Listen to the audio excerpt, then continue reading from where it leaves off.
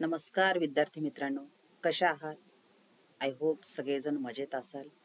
सगळ्यात आधी तर आपल्या सगळ्यांचं स्वागत आणि अभिनंदन याच्यासाठी की NEP 2020 नुसार आपण BA फर्स्ट इयर पास झाला आता, उत्तीर्ण झाला आता आणि BA सेकंड इयर मध्ये प्रवेश घेण्यासाठी पात्र झाला आहात. आज आपण जो विषय घेतलेला आहे तो नॅशनल एज्युकेशन पॉलिसी 2020 गोंडवाना विद्यापीठ अंतर्गत येणाऱ्या सर्व महाविद्यालयातील BA सेकंड इयरला प्रवेश घेतलेल्या आणि घेऊ इच्छिणाऱ्या विद्यार्थ्यांसाठी आहे.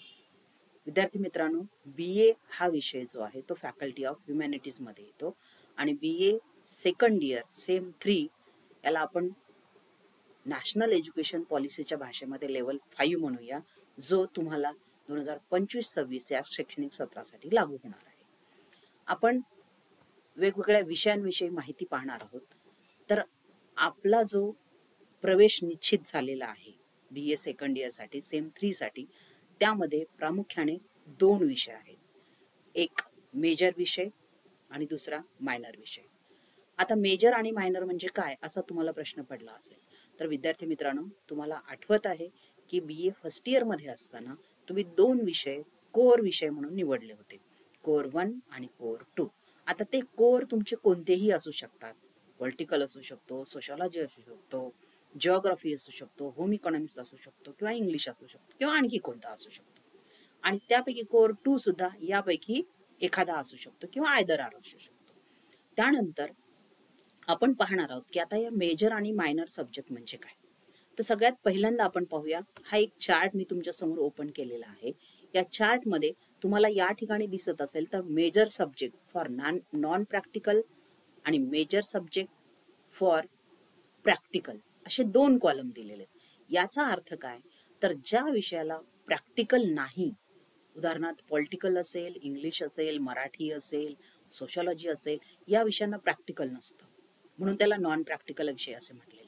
तर त्याच्यामध्ये तुम्हाला आता सेम थीटासाठी 2 पेपर असणार आहे, पेपर 1 आणि पेपर 2. पण समजा तुमचा विषय एखादा कोर विषयापैकी एक विषय तुम्ही मेजर म्हणून निवडला, ज्याला प्रॅक्टिकल असतं, उदाहरणार्थ होम इकॉनॉमिक्स आहे किंवा जिओग्राफी आहे, त्याला सुद्धा पेपर 1 आणि पेपर 2 असे 2 पेपर आहेत. परंतु त्या पेपरचं डिव्हायडेशन केलेलं आहे, 50 मार्क प्रॅक्टिकलसाठी आणि 50 मार्क थेअरीसाठी. असे 2 पेपरचे मिळून 200 मार्क्स होतात. वर नॉन प्रॅक्टिकल विषयाला सुद्धा तसेच आहे, 2 पेपर जे आहेत ते 100 मार्काचे प्रत्येकी, म्हणजे 200 मार्काचे. त्यानंतर इथे तुम्हाला 2 नंबरला दिसतोय मायनर सब्जेक्ट. आता जे तुम्ही कोर निवडलेले आहे त्यापैकी एक तुम्ही मेजर म्हणून डिसाईड केला, उरला एक, तो तुमचा मायनर सब्जेक्ट होईल. मायनर सब्जेक्ट हा 4 क्रेडिटचा आहे, म्हणजे 100 मार्काचा आहे. त्यानंतर ओईची ओळख तुम्हाला BA फर्स्ट इयरला झालेली आहे. ओपन इलेक्टिव्ह हा तुमच्या अदर दॅन फॅकल्टी असतो, तो 2 क्रेडिटचा आहे, 50 मार्काचा आहे. त्यानंतर आहे VSC, हा सुद्धा 2 क्रेडिटचा आहे, 50 मार्काचा आहे. त्यानंतर आहे AEC, हाही तुम्हाला होता, तो सुद्धा 2 क्रेडिटचा आहे, 50 मार्काचा आहे. FP फील्ड प्रोजेक्ट हे सुद्धा 50 मार्काचा आहे आणि CC हे सुद्धा 50 मार्काचं आहे.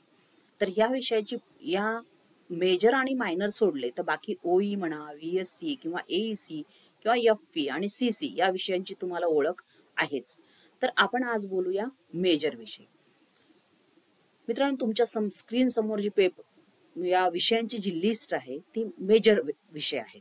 आता मेजर विषय म्हटल्यानंतर सेम 3 साठी पुढील प्रमाणे मेजर विषय दिलेले आहेत. म्हणजे तुम्ही 2 कोर विषयापैकी ह्या स्क्रीनवर दिसणाऱ्या एखाद्या विषयाला तुम्ही मेजर विषय जर म्हणून घेतला तर प्रत्येक मेजर विषयामध्ये 2 पेपर आहेत, पेपर 1 आणि पेपर 2. उदाहरणार्थ काही विषयाचे नाव मी तुमच्या समोर वाचते. पॉलिटिकल सायन्स साठी पेपर 1 पॉलिटिकल थिअरी आणि paper 2 Indian political thought 1. Home economics साठी फूड सायन्स आणि फूड अँड न्यूट्रिशन्स. सोशॉलॉजी साठी सोशल प्रॉब्लेम्स इंडिया पेपर 1 आणि सोशॉलॉजी ऑफ रिलिजन पेपर 2. जर तुम्ही इकॉनॉमिक्स हा विषय कोर विषय म्हणून निवडला तर त्याचा आहे paper 1 micro economics, paper 2 macro economics. जर तुम्ही इंग्लिश हा विषय निवडला असेल कोर म्हणून तर त्याचा पेपर 1 आहे इंग्लिश प्रोज 1, आणि पेपर 2 आहे स्टडीज इन इंग्लिश नॉवेल. त्याप्रमाणे बरीचशी लिस्ट तुमच्या समोर आहे. तुम्ही पहा की तुम्ही कोणता विषय मेजर म्हणून निवडला आहे. त्याप्रमाणे नेम ऑफ पेपर ह्या कॉलम मध्ये दिलेले पेपरचं नाव दिलेलं आहे आणि तो पेपर तुम्हाला या सेम 3 साठी अभ्यासायचा आहे. तर हे काही 11 पेपर होते आणि हे समोरची लिस्ट आहे. पाली आहे, BA फॅशन डिझायनिंग आहे, सायकोलॉजी आहे, पब्लिक ऍडमिनिस्ट्रेशन आहे, इंडियन म्युझिक आहे, मिलिटरी सायन्स आहे किंवा NCC आहे. यापैकी कोणताही तुम्ही जो मेजर सब्जेक्ट निवडलेला आहे या 18 लिस्ट पैकी तो पेपर त्या विषयाचे 2 पेपर तुम्हाला असणार आहेत. तुम्ही याचे स्क्रीनशॉट काढू शकता आणि तुमचा पेपर कोणता आहे ह्याचं टायटल तुम्ही लक्षात ठेवू शकता किंवा त्याप्रमाणे तुम्ही अभ्यासाला लागू शकता. त्यानंतर आहे मायनर सब्जेक्ट. आता मायनर सब्जेक्ट म्हणजे जसं मी तुम्हाला आधीच सांगितलं की तुम्ही तुमचे जे BA फर्स्ट इयरला निवडलेले 2 कोअर सब्जेक्ट आहे त्यापैकी एक मेजर सब्जेक्ट होतो आणि एक मायनर सब्जेक्ट होतो. मित्रांनो, आय होप की तुम्हाला मेजर सब्जेक्ट विषयी माहिती आता कळली असेल, ज्यापैकी तुम्ही कोअर 1 सब्जेक्टला ॲज अ मेजर सब्जेक्ट निवडलाय किंवा कोअर दुसरा जो कोअर विषय आहे तो आता उरला. मग त्या विषयाला आपण मायनर सब्जेक्ट म्हणूया, जो सुद्धा 4 क्रेडिटचा आहे, म्हणजेच 100 मार्काचा आहे. समजा तुम्ही पॉलिटिकल सायन्स हा सब्जेक्ट मायनर म्हणून निवडला तर त्या पेपरचं नाव आहे पब्लिक ऍडमिनिस्ट्रेशन. जर सोशॉलॉजी निवडला तर त्या पेपरचं नाव आहे बेसिक कॉन्सेप्ट ऑफ सोशॉलॉजी. जर मराठी निवडला तर मराठी वाङ्मय व्याकरण अभ्यास. त्यानंतर इंग्लिश निवडला तर इंग्लिश फॉर पर्सनल डेव्हलपमेंट किंवा फॅशन डिझायनिंग निवडला तर हिस्ट्री ऑफ फॅशन. तर असे विविध विषय मायनर सब्जेक्टचे तुमच्या समोर दिसत आहेत. याचा सुद्धा तुम्ही स्क्रीनशॉट काढू शकता आणि तुमचा पेपर मायनर कोणता आहे, त्या विषयीचा कोणता पेपर तुम्हाला अभ्यासायचा आहे हे तुम्हाला लक्षात येईल. त्यानंतर हा ओई तर तुमच्या ओळखीचा झालाच आहे. मागच्या वर्षी सुद्धा तुम्हाला ओई होता. तुम्हाला माहिती आहे की तुम्ही कोणता ओई म्हणून निवडलेला आहे. ओई म्हणजे ओपन इलेक्टिव्ह, म्हणजेच तुमची जी फॅकल्टी आहे त्याविषयी व्यतिरिक्त तुम्हाला विषय घ्यायचा आहे. ती फॅकल्टी सोडून तुम्हाला विषय घ्यायचा आहे. म्हणजे जर तुम्ही ह्युमॅनिटीजचे विद्यार्थी आहात, म्हणजेच आर्ट्सचे विद्यार्थी आहात, तर तुम्हाला निवडायचा आहे सायन्स किंवा कॉमर्स मधून एक विषय. मित्रांनो, तुमच्या स्क्रीन समोर फॅकल्टी ऑफ सायन्स अँड टेक्नॉलॉजीचे विषय आहेत. त्यापैकी एक विषय तुम्हाला कुठलाही निवडायचा आहे. समजा तुम्ही केमिस्ट्री निवडला तर त्यामधील पेपरचं नाव आहे फूड अँड न्यूट्रिशन. त्यानंतर समजा तुम्ही झुलॉजी निवडला तर त्यामध्ये 2 पेपर आहेत. त्यापैकी एकच तुम्हाला निवडायचं आहे, फिश फार्मिंग किंवा प्रॉन कल्चर. त्यानंतर समजा तुम्ही होम सायन्स निवडला, त्यापैकी तुम्हाला एकच विषय निवडायचा, एकच पेपर निवडायचा आहे, तो म्हणजे प्रिन्सिपल्स ऑफ फूड सायन्स किंवा एक्सटेन्शन एज्युकेशन एक्सेट्रा एक्सेट्रा. तर बाकीचे विषय सुद्धा तुम्ही पाहू शकता, याचाही स्क्रीनशॉट काढून ठेवू शकता आणि त्याप्रमाणे त्या समोरील कोणता विषय तुम्हाला सायन्स पैकी घ्यायचा आहे तर तुम्ही तो निवडू शकता. हे झाले सायन्स विषयी. आपण जसं मी म्हटलं की आपण फॅकल्टी ऑफ ह्युमॅनिटीजचे विद्यार्थी आहोत, तर आपल्याला सायन्स किंवा कॉमर्स पैकी विषय घ्यायच्यात. तर मी काही वेळापूर्वी सायन्सच्या विषयाविषयी बोललेले आहे. आता तुमच्या समोर एक लिस्ट आहे फॅकल्टी ऑफ कॉमर्स. यापैकी सुद्धा तुम्ही एखादा विषय निवडू शकता. मीन्स सायन्स अँड टेक्नॉलॉजी पैकी एखादा किंवा faculty of commerce and management पैकी एखादा. मग कॉमर्स पैकी तुमच्या समोर 4 ऑप्शन आहेत: book keeping and introduction, office management, statistical method for economics, banking and insurance, law and practice 1. यापैकी कुठलाही एक पेपर निवडा किंवा लँग्वेज पैकी soft skill for personality development किंवा मराठी साहित्य प्रकार. एवढे ऑप्शन तुम्हाला दिलेले आहेत कॉमर्स पैकी, त्याच्यापैकी तुम्ही कुठलाही एक विषय निवडू शकता किंवा या आधी डिस्कस केल्याप्रमाणे सायन्स पैकी सुद्धा एखादा पेपर तुम्ही ओई या विषयाअंतर्गत निवडू शकता. त्यानंतर आहे व्होकेशनल स्किल कोर्स म्हणजेच VSC. मित्रांनो, ह्याची ओळख सुद्धा तुम्हाला मागच्या वर्षी झालीच आहे. हा तुमच्या कोर 1 सब्जेक्टशी आणि नंतरच्या सेम मध्ये कोर 2 सब्जेक्टशी हा संबंधित होता.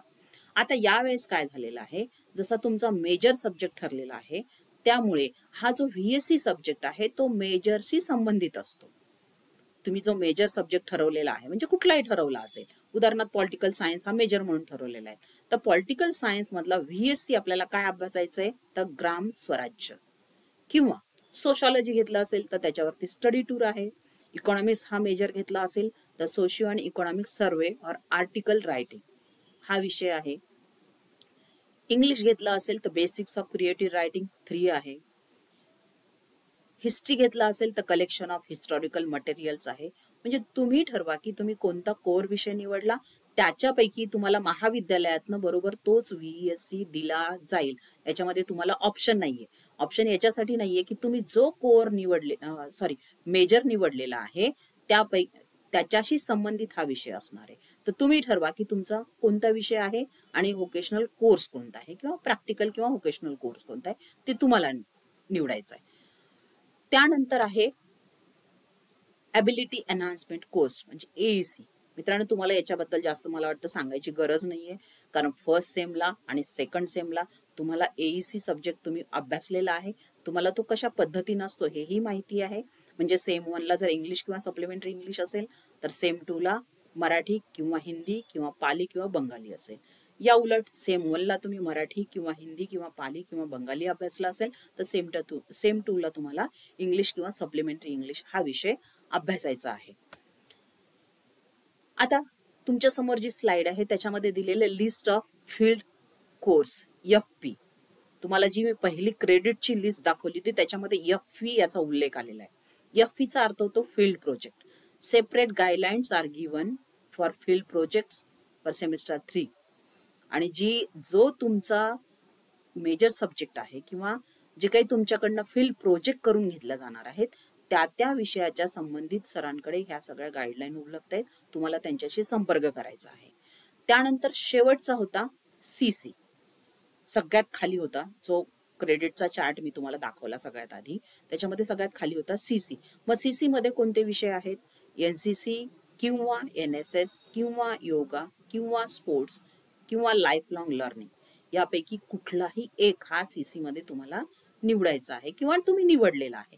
तर मित्रांनो, सेम 3च्या सिलेबस विषयी किंवा सेम 3ला प्रिस्क्राईब केलेल्या विषयांविषयी ही थोडीशी चर्चा होती. आय होप की तुम्हाला ही चर्चा आवडली असेल. हा व्हिडिओ नक्की पहा. तुम्हाला BA 3rd सेमला कोणते विषय आहेत याचं ज्ञान तुम्हाला नक्कीच होईल. आणि हा व्हिडिओ तुम्हाला आवडला असेल तर नक्की तुम्ही या व्हिडिओला लाईक करा. त्यानंतर आपल्या मित्रांना सुद्धा फॉरवर्ड करा जे तुमचे मित्र BA 3rd सेम मध्ये शिकत आहेत. व्हिडिओ पाहिल्याबद्दल तुमचे खूप खूप धन्यवाद.